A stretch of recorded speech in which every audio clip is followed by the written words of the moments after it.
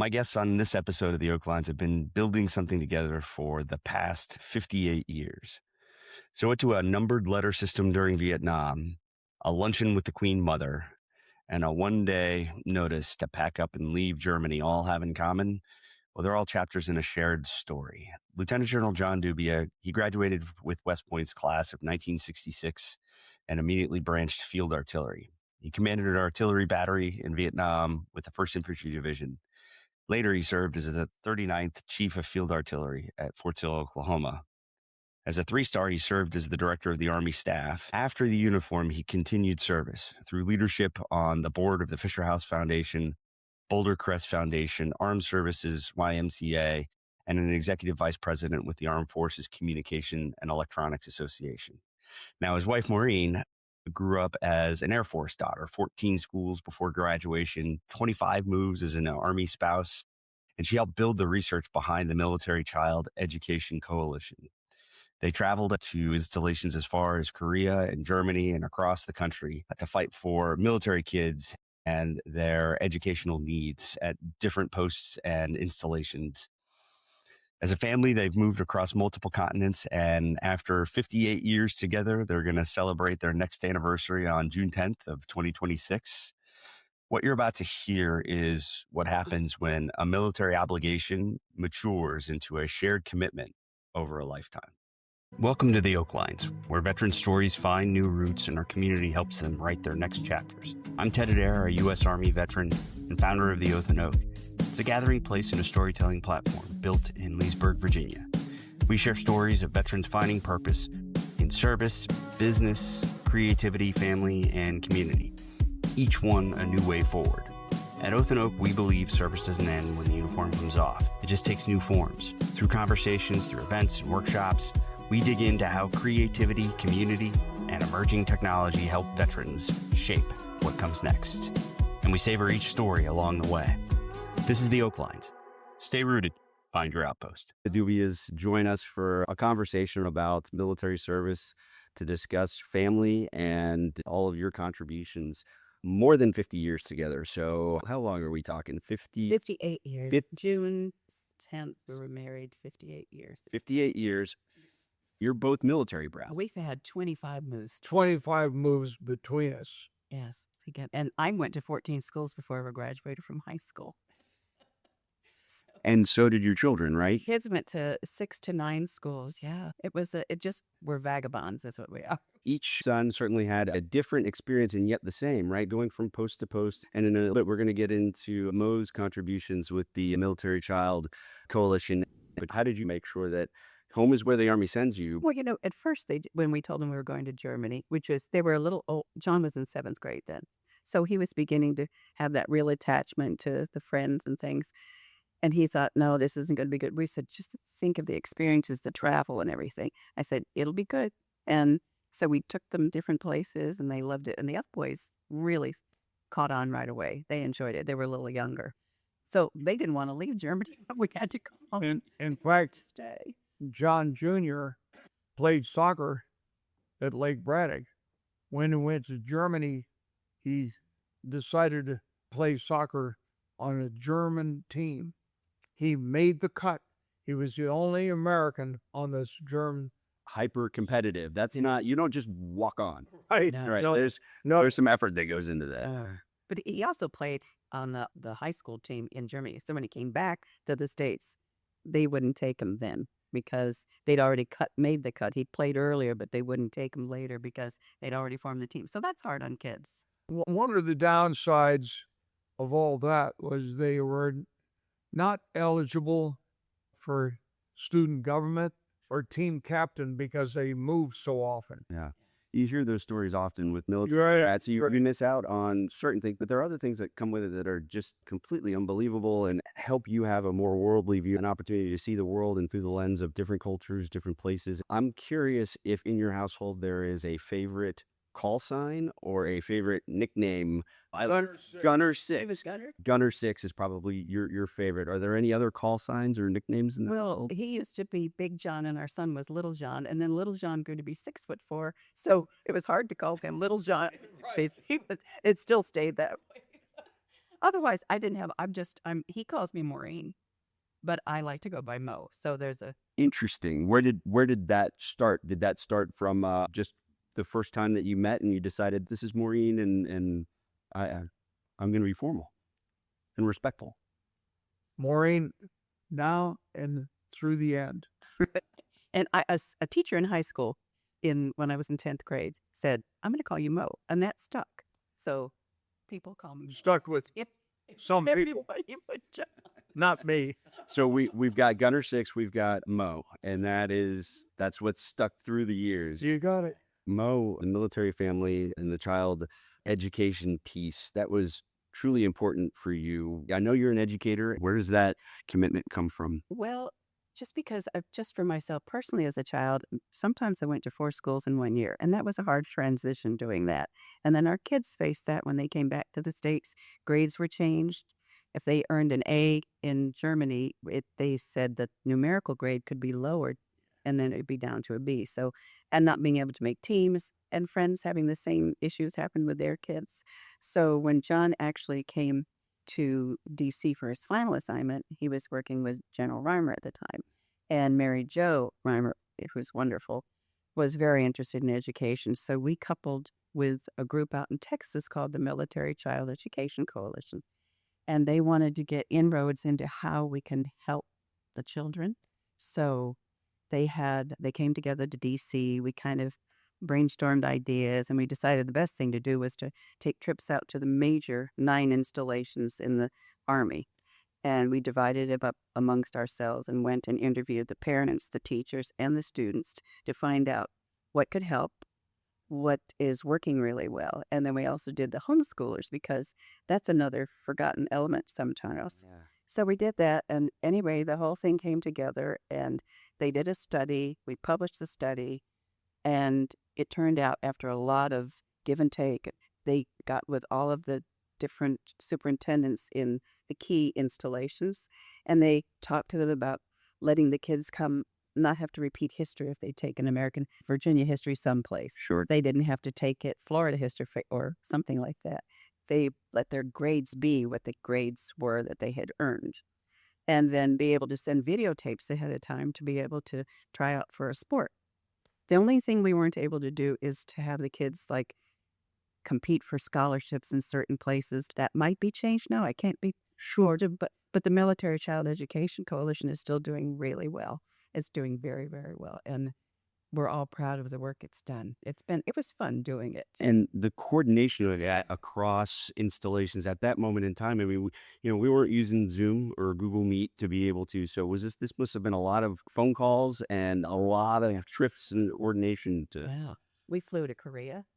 It was my first helicopter ride in Korea. And I thought, oh no. How close to the DMZ did you get? Yeah. But no, that was really fun. And then we went to Germany. We went to the key installations. So yeah, it was a lot of fun. And we had a civilian contingency that came with us as well, working with the military family, the office that Gil Meyer had at the time. I can't quite remember the family support type of element. Family Support Center. Yeah. That's right. Mm-hmm. As you were growing up as an Air Force brat, what experiences you value the most? And then what did you experience as a child? And then later on as a mom that said, we've got to address these issues. Well, fortunately, my dad and mom believed that we should have consistency in education. So I always went to Catholic school, but I didn't always get in the classroom right away. So I had to go to a public school for a while, which was fine. But that consistency in education really helped. I think that helped a lot. And we would, even if we were going away for 6 months somewhere, my dad believed the family should stay together. There was no such thing as family support groups back then. Right. That didn't exist. But I think the fact that they were determined that we were going to get a good education and be able to have the same thing wherever we went, that really helped a lot. So we were fortunate that way, I think. I think it's very, very fortunate. John, how proud were you of watching her throw herself into those topics, education and family support? Over the top, supportive, over the top, happy, proud of all the work she did and still does today. But that made my job easier as a commander, too, especially as I went up the road in ranks, because the piece that Maureen talked about transferring credits for Virginia history, maybe you were stationed at Fort Lewis, Washington, had to use Washington history, not transferable to Virginia or Oklahoma. So that was a major piece that Maureen succeeded in getting many installations. Well, getting it close to those installations in and around those communities, absolutely. Exactly. When did you both decide you were a team? Because one of the things I know my parents have modeled and many other military veteran families is the concept of mom and dad as a team. Well, I'd say the day we got married, it did really, because I had been modeled that with my parents because they were in the military and they were a team. And John's parents, both the same, being military, they were a team. And we thought, okay, we're in this together. Now he took a bride who was used to the Air Force installations who were a little And from Connecticut originally, well, originally Connecticut, but Andrews Air Force Base at the time, and then he drove me out to Fort Hood, Texas. Then July. and you said, well, here's Rancier Avenue. Could it get any better? No, non-air conditioned housing in Fort Hood, Texas, and cricket in July. But it was, I think it's just, we started out, I wanted to be a military spouse because I liked the military life, and it was nice that John just happened to be in the military as well. So, but now that way. You're settled in Northern Virginia. Do you still get the itch? Because I know that the lots of military families, even after it's clear that, hey, we're kind of in our forever home and you know, moving from station to station's behind. But do you ever still feel the little tingle of wanting to go someplace else? It's time to pack up again. But my final PCS will be Arlington National Cemetery. Well, I can't. Not so soon. I can't. No, we're going to delay that. But also, I can't think of a more honorable place for any of us. But I'm curious, out of the two of you, who's more likely to get lost on the installation first time visiting?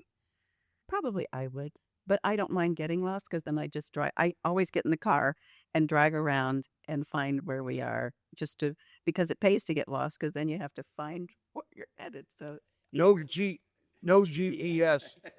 no flip top maps. Yeah, as I think about your journey, 25 moves between you, your boys, 7 high schools, what do you think the biggest lessons as a military family you've learned through those moves that you would want others to internalize and kind of carry forward as maybe examples? I think to have a positive attitude about where you're going next is really helpful, to know you're working together and to know that where you're going has something to offer. And it's a life that offers something that you might not experience anyplace else. So the kids sometimes would grumble, but in the long run, they have said what a life it was. And they thank their dad all the time for giving them that opportunity. So I think staying together, helping each other out through the processes. And you have to have a sense of humor too. Absolutely. You have to have a good sense of humor about it. And supporting each other. He supported me with what I was doing in the kids, and then we tried to support him by letting him know we'd be okay when he went off to the field or that type of thing. I spent a lot of time in the field at Grafenfeld and other places during our 7.5 years in Germany. So knowing Maureen was home with the boys made me feel a lot more comfortable. And having that team support approach to it. Go team. Yeah, Go that's team. it all the way. A lot of veterans from post 9/11 have gotten the support that maybe Vietnam veterans did not receive immediately from coming home. I'm curious how both of you respond when somebody says, thank you for your service. And I hope that, Maureen, you get that comment more often than perhaps maybe you did as an early spouse in the early days. It has happened, which is really wonderful. But I will tell you, initially, when John went to Vietnam, there were no family support groups, nothing for the spouses. So you either went and lived at home or you found a place to live. We only wrote letters. There was no kind of a communication to texting or anything like that. So we numbered our letters so that he would know which order in which they were coming. Because I would get letters in bunches from Maureen, and she would get letter number 8 is instead of letter number 2. So I religiously numbered letters. But I think what that taught us was that they needed to have something for the spouses who were left behind.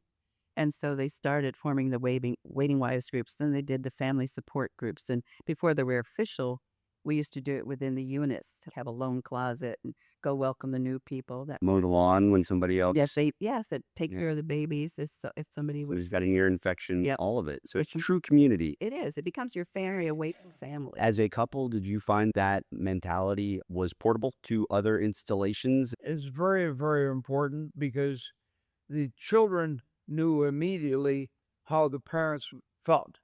And that was key and essential. But to say we transmitted from point A to B is very accurate, because you had to do that as a core element of moving. And the thing is that you always knew somebody, but the fact that everybody was in the same boat. So if you remember everybody's in the same boat, that really helps.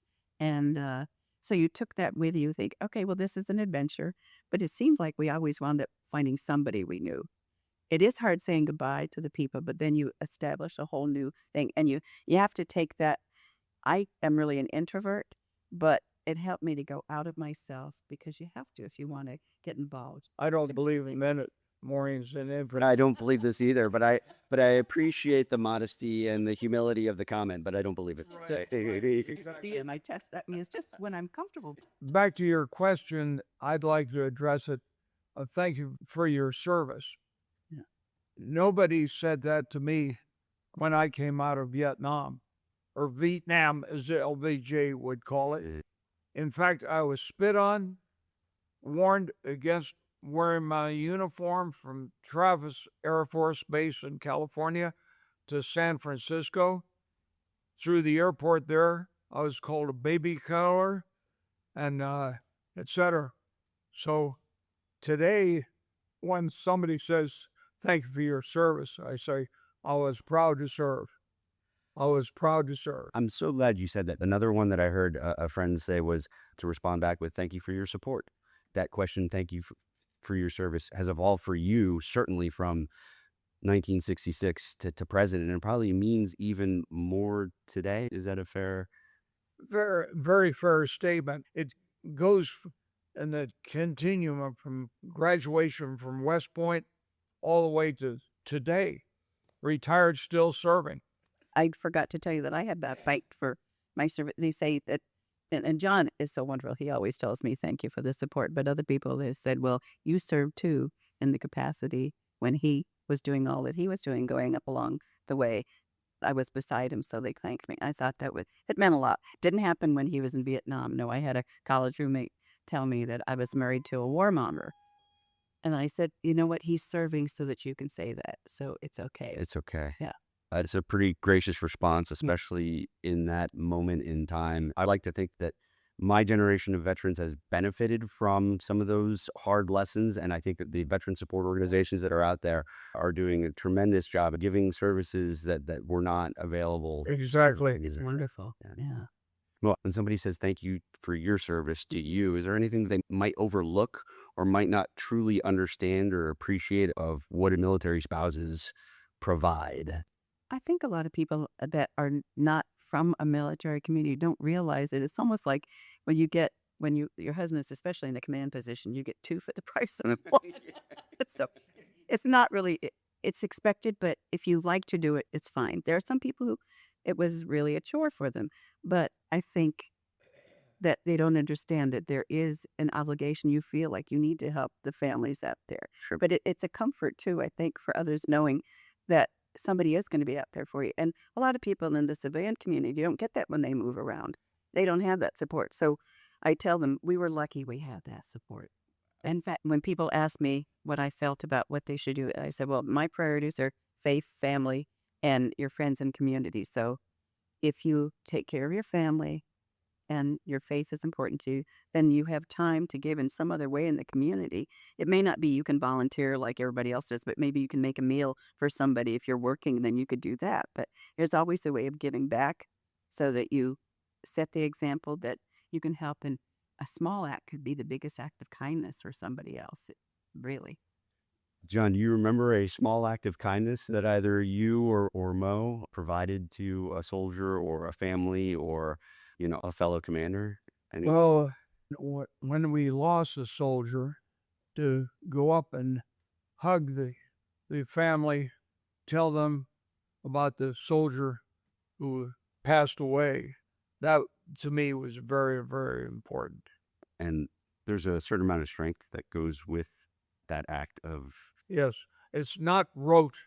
It's sincere, a gentle hug, a embrace of some kind, and that the word of kindness. There's a lot of lessons in both of those vignettes. Post 9/11 veterans right now certainly are struggling with a sense of disconnect. I think that your description of the military values and family and the community that goes into it, you discussed your 3 priorities, and priority 3 is getting out and about and being connected with other people in the community. The vignette I'll give you was during one of my tours in Europe.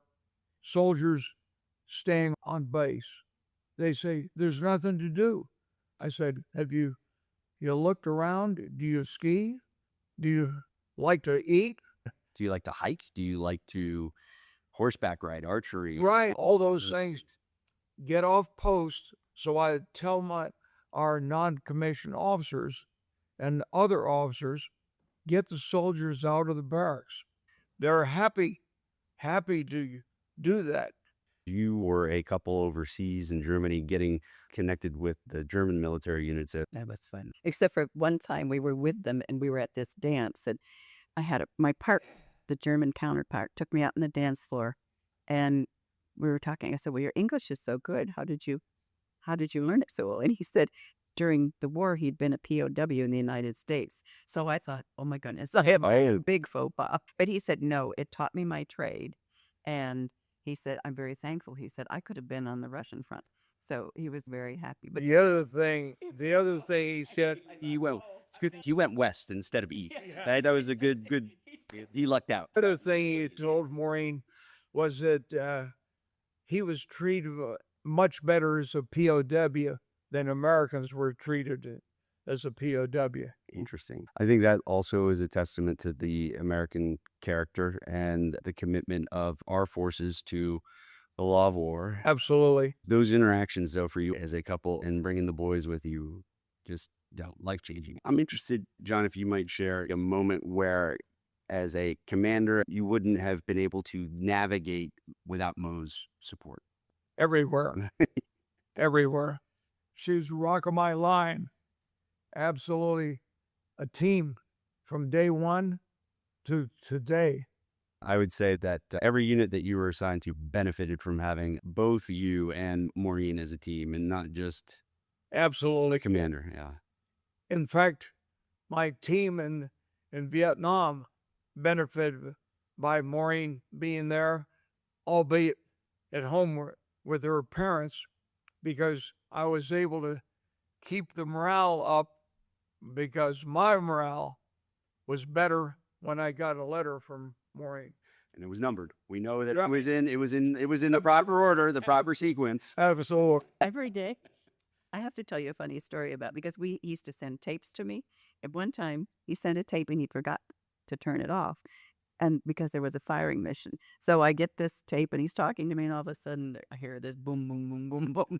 And then the tape comes back to me with no explanation. So you didn't think to hit record again and say, hey, just a little context, Mo. It's fine. Those rounds landed where they were supposed to go. Ted, you have to understand, I'm technologically impaired and still am today. And yet was an executive vice president with the Armed Forces Communications and Electronics Association, which means that you should be the most technologically advanced person sitting in the room. Right now. I couldn't spell IT. I was hired by them because I was internationally the belly button, because I understood culture, European and Far Eastern culture. I think veterans are interested in understanding how they find purpose after they transition out of the uniform. And you certainly found that in a couple of organizations.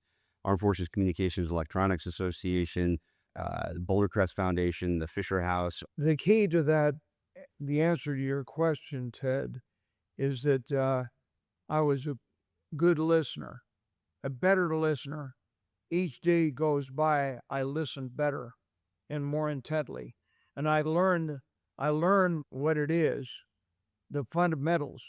I don't proclaim to be an expert in any of those fields, but a modicum of success on all fronts.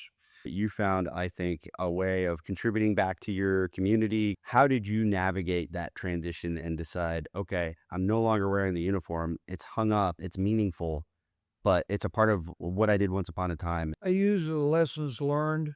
A lesson is not learned until you apply it. And leadership techniques are common throughout industry and the military. And learning leadership and executing it in all realms is very, very important.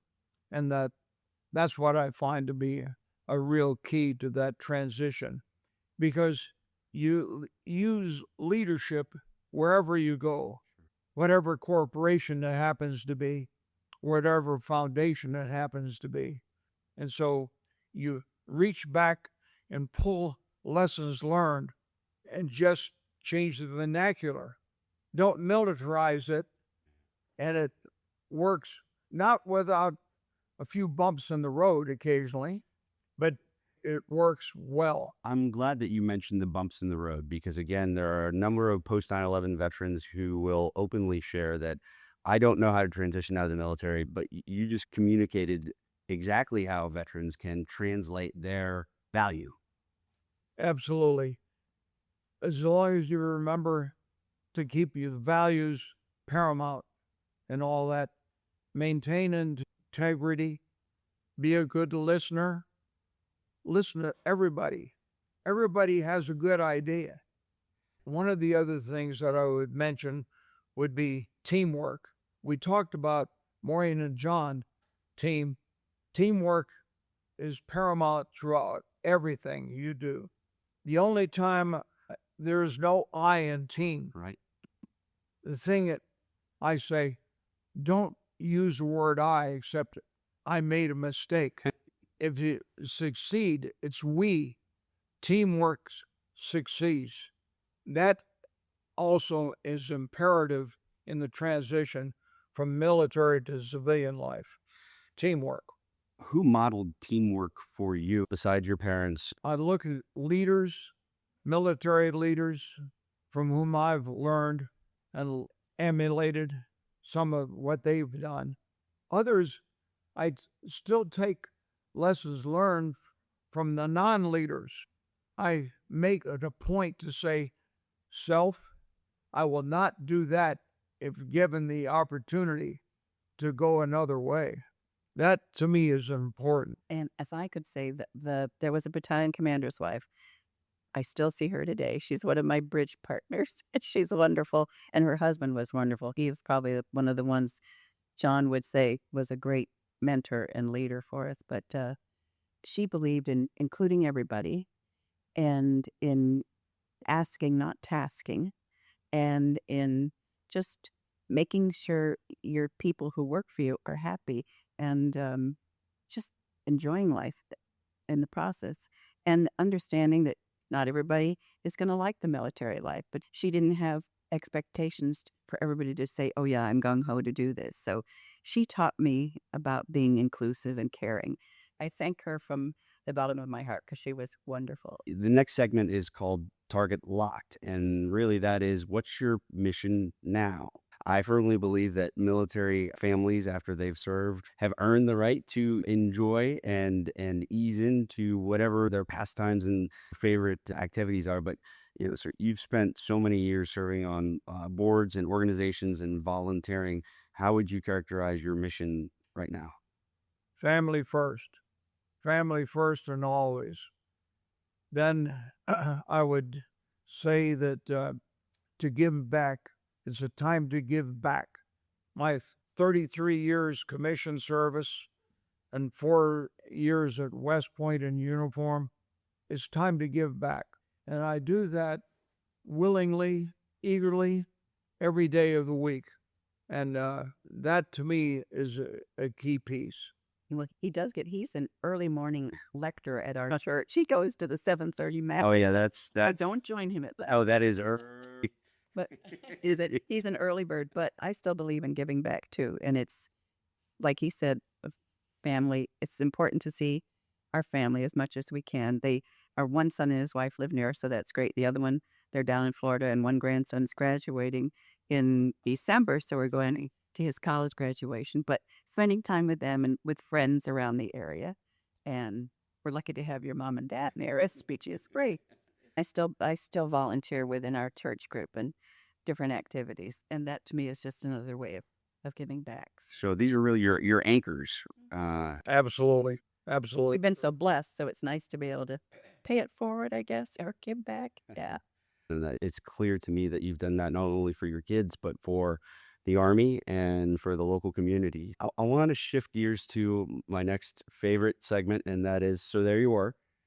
So this is a standard Armyism. So once upon a time, there you were. I understand that you had a luncheon with the Queen Mother as a part of a group. So I don't want to make it sound like you were sitting down one-to-one. It was really lovely. It was a lot of fun.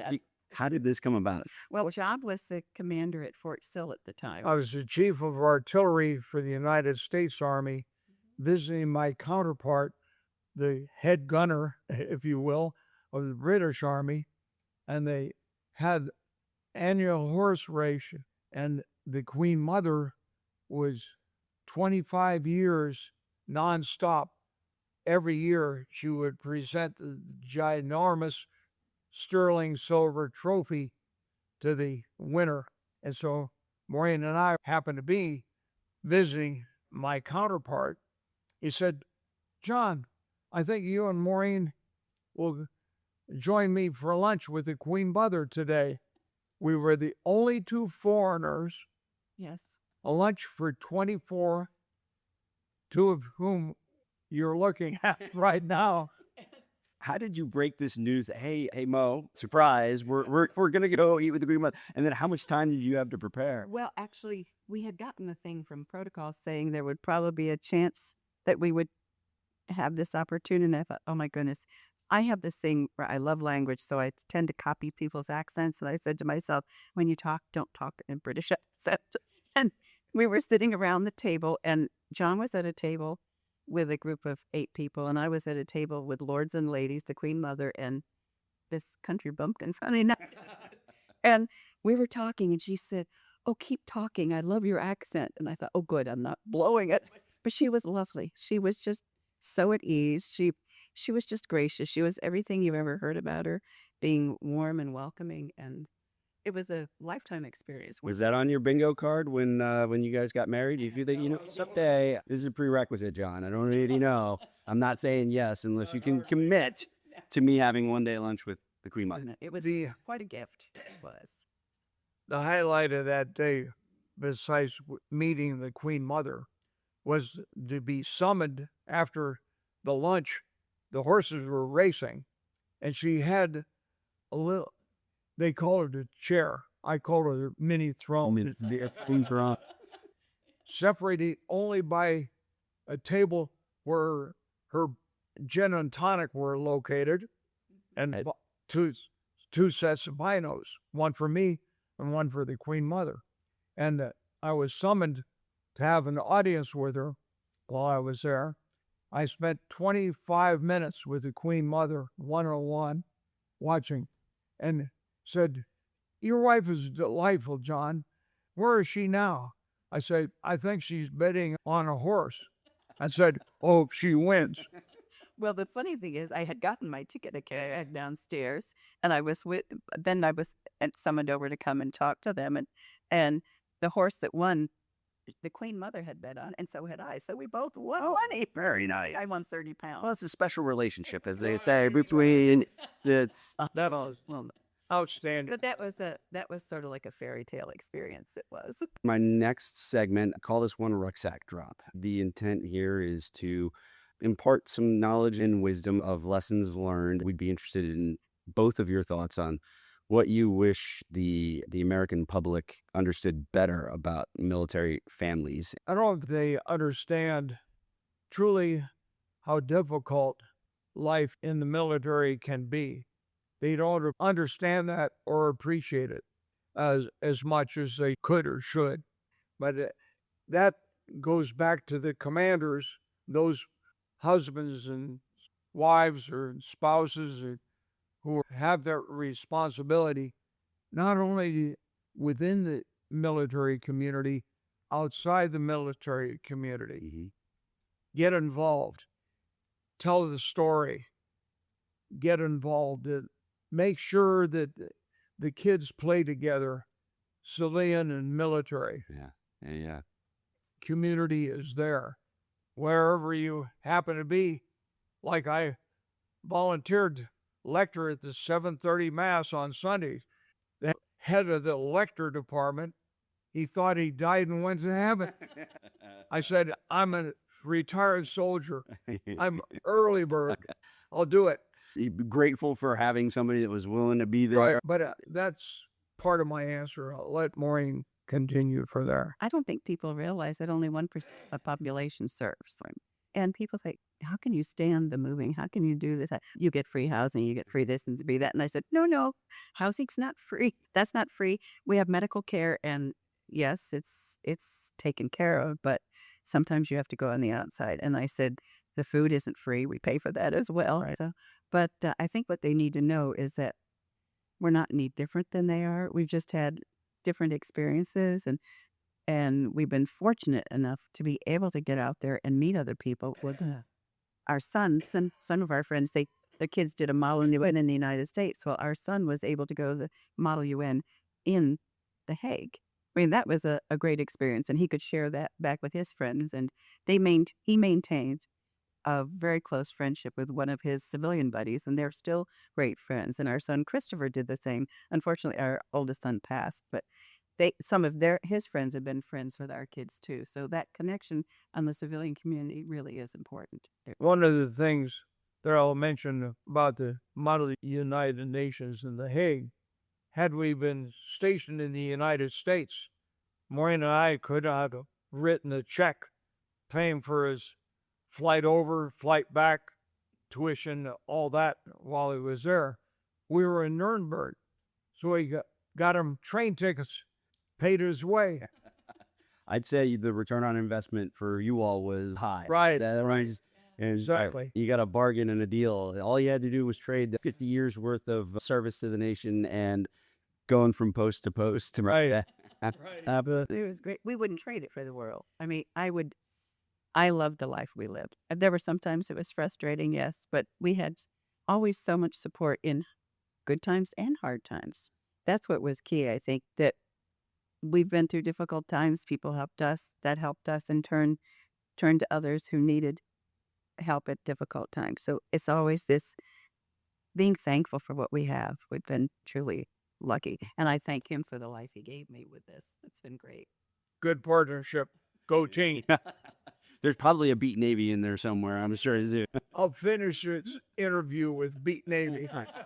Well, I'm not going to steal your thunder. We're going to edit my Beat Navy out, and we're going to read that because I still have about 2 or 3 more topics I want to hit with you. But you were generous in sharing some of the ups and downs, and I think as a couple, you all have demonstrated never too high, never too low.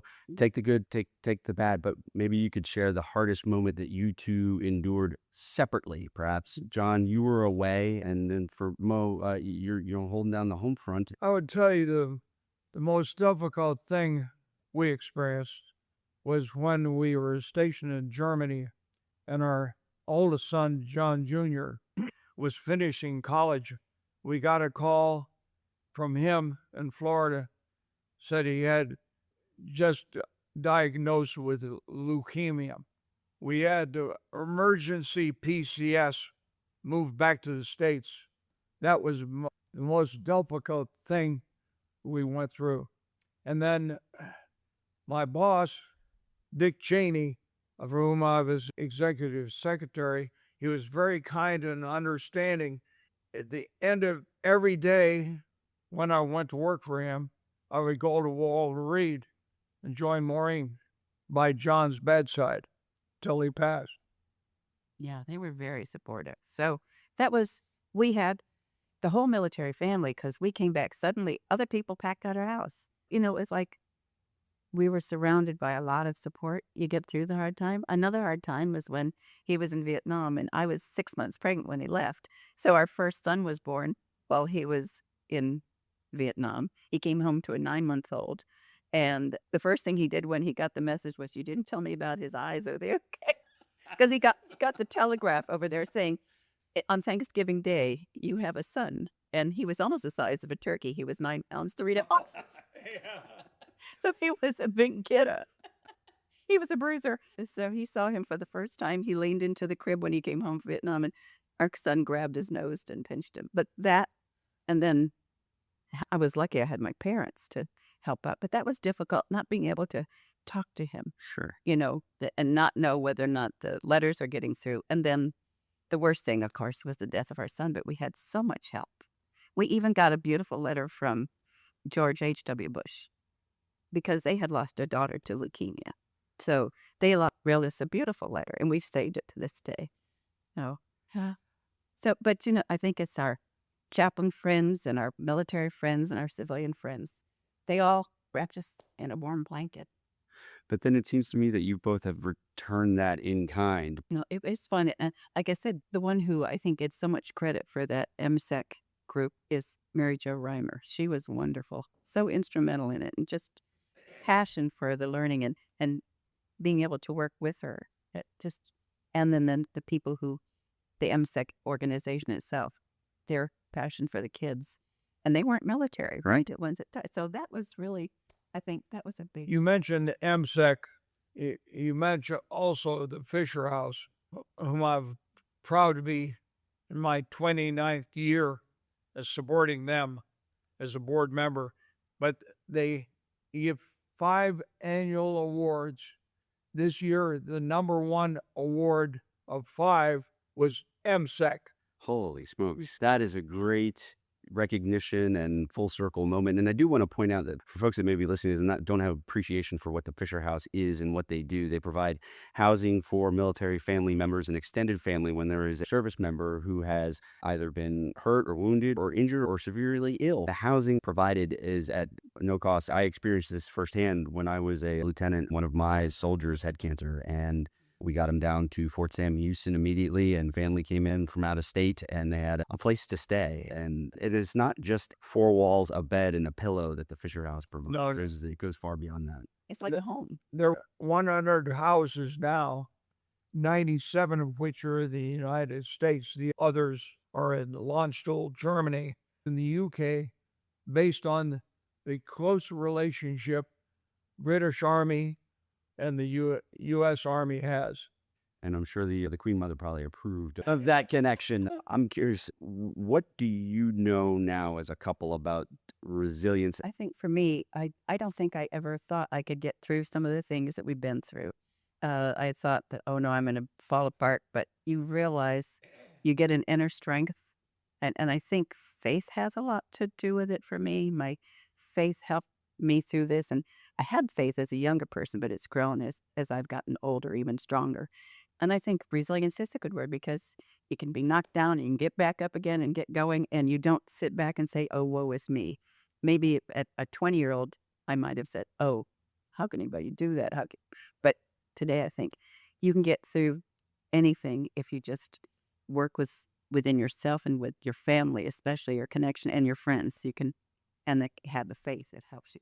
Thing is, too, you realize the word team becomes more important because somebody else out there has experienced what you're about to experience. So reaching out to them, giving me your hand, regardless of rank, regardless of cultural background, religious background, any of that, reach out. As an artilleryman, you'll appreciate this segment is the 5-minute fire mission. I've got 5 questions for you, a minute per question. This is a team effort, so whoever wants to jump first, what is the favorite posting or assignment? Germany was my favorite when we were in Furt. Because of the opportunity to travel and the kids they're being able to experience so many different cultures.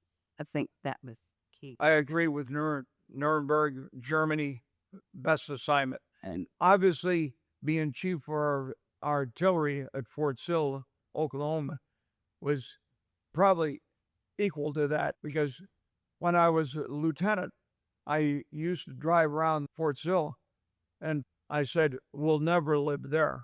Wrong answer. But Europe really offered all the things Maureen talks about. And I think that's because we were all together as a family there, which was Right. wonderful. and one of your cardinal rules. So here we are, 7 seconds on the clock. Excellent time on target. We're going to now go to the hardest move or deployment for you. I would say the hardest one was when we found out our son was ill and we had to just come back to the States with 1 day's notice and leave everything behind. So that was emotionally and physically challenging. So, I mean, we had this whole support network, and the packing, they probably got organized for packing better than I would have, because I'm not an organized person. My husband is the organizer in the family. I am just kind of a Let it fly. I love it. I love it. Well, there is also an element of my favorite phrase is, oh, that's not going to make the move, right? You're looking at a piece of whatever, and there's certain things that don't make it. All right, so we're moving on to the next minute. We've got 3 words that describe your teamwork over the years. I would say love, laughter, family. Those are 3 really good ones. I agree. I have no problem with any of those. And wrap my arms around Maureen to start with. Those 3 words. We're going to jump to a favorite cultural experience from overseas life. Probably Germany. Germany offered the opportunity there to do all kinds of cultural things. Dachau was a very important experience and opportunity, because we wanted to take our 3 boys to Dachau so they could understand the atrocities that took place. That was a downer, very important, which our sons still relate to today. But the other is to be able to go to the changing of the guard at Buckingham Palace, Or go to the Vatican. go to the Vatican. Go to Greece. We took the boys to Greece, and then we took them to Spain. You know, we took hops everywhere, and that was fun. You got a $10 box lunch, and you flew on a cargo plane sometimes, but it was great. One of the time-honored traditions is space-available travel. You said don't know what that's all about. It's a military plane that happens to be going from point A to point B, and you get to jump in like a piece of cargo. With the seats facing backwards. Hopefully turbulence doesn't bother you and you're okay with the motion sickness. Yeah. The last segment, I call this one Forward March. It really is forward-looking and helping veterans think through how do they write their next chapter and think about their own transition to whatever their purpose is now that the uniform is hung up. So what advice would you give? Don't be afraid, number one. It's going to happen. You're going to leave the military and go to the civilian sector. So don't be afraid. And don't worry about it. Stay focused on what got you where you were in the military. Values, integrity, family, faith, all that. Transition. And you don't have to worry because you have a military background and you have resilience. And I think for the spouse, I enjoyed the military life. I thought it was wonderful. And when he retired, I was ready for retirement. I was ready for us to then start the next chapter and do some travel, spend more time with and friends. But I had to remember that it was a big change for him, because that was I think he was born with a set of BDUs. I really do. Because he loved the Army. And if they called him back today, he'd be right back in there. And I'd go along with him. But I tried to be understanding that it's a big change, and you have to realize you may have some time when it's not so easy, but then you don't, he's very good. He didn't dwell on anything. He got out there and he did something that he knew he could still give back in another way. Sure. And I think the spouse also, if you've been leading all these different things, it's okay to give it up and then maybe get involved in the community in some other way. It doesn't matter if you're a retired 3-star or a staff sergeant, the military transition is hard. One of the key pieces is to be able to civilianize the next chapter. It will happen, but you reach back to bring forward all the lessons learned in leadership and management. There is a difference, and bring those traits to the new era. It's not the rank or the command. You're not bringing that forward. It is certainly the values, the lessons learned, the leadership, and the integrity. Absolutely. What do you hope your children and grandchildren will carry forward from your story of service? I know that our sons do thank us for the life that we've lived, which is great. And they understand people from different backgrounds, which they're carrying forward. And the grandsons are always asking John questions about the military and what he did and what was important to him. And they respect and value, even though and neither of our sons went into the military, but they appreciated the life, and they took the lessons they learned there, and they share them with other people. And then our grandsons, they're going to either, but they love to hear what Grandpa has to say about the life that we lived. And I think they tell other people about the lives they lived too. So they carry that forward, and they carry the values that they learned about helping other people, and they pass that down to their kids, which I think is good. So that part of giving back is what I want them to really carry forward, and helping out the community, having their faith be important to, and family. And so I think they kind of held on to that, and I hope we've passed that on to them in a good way. Absolutely agree. Absolutely agree. Family, values, integrity, teamwork. And give them a good work ethic, which they have. And the grandsons have developed that as well, which I think is great. Because there are a lot of avenues out there today that can take you the wrong way. You both have created a legacy that's going to pass on to your kids. I can't thank you both enough for spending some time with me. We appreciate both of your story as a team. Thing is, it's a great life filled with sunshine, some clouds, some rains, but don't hesitate to tell the story, to join, because it's not an either go to jail or join the military, which was decades ago. There was only 2 doors. There wasn't a third option. Right. But today, if you want to be proud American and proud to serve, it's a great organization. Be part of it. And maybe there's a Beat Navy in there. Beat Navy. And there we go. I think we got it. Thanks for joining us on the Oak Lines. Follow Oath and Oak on Instagram, LinkedIn, Facebook, and subscribe to our YouTube channel at the Oath and Oak Outpost. Stay rooted. Find your outpost.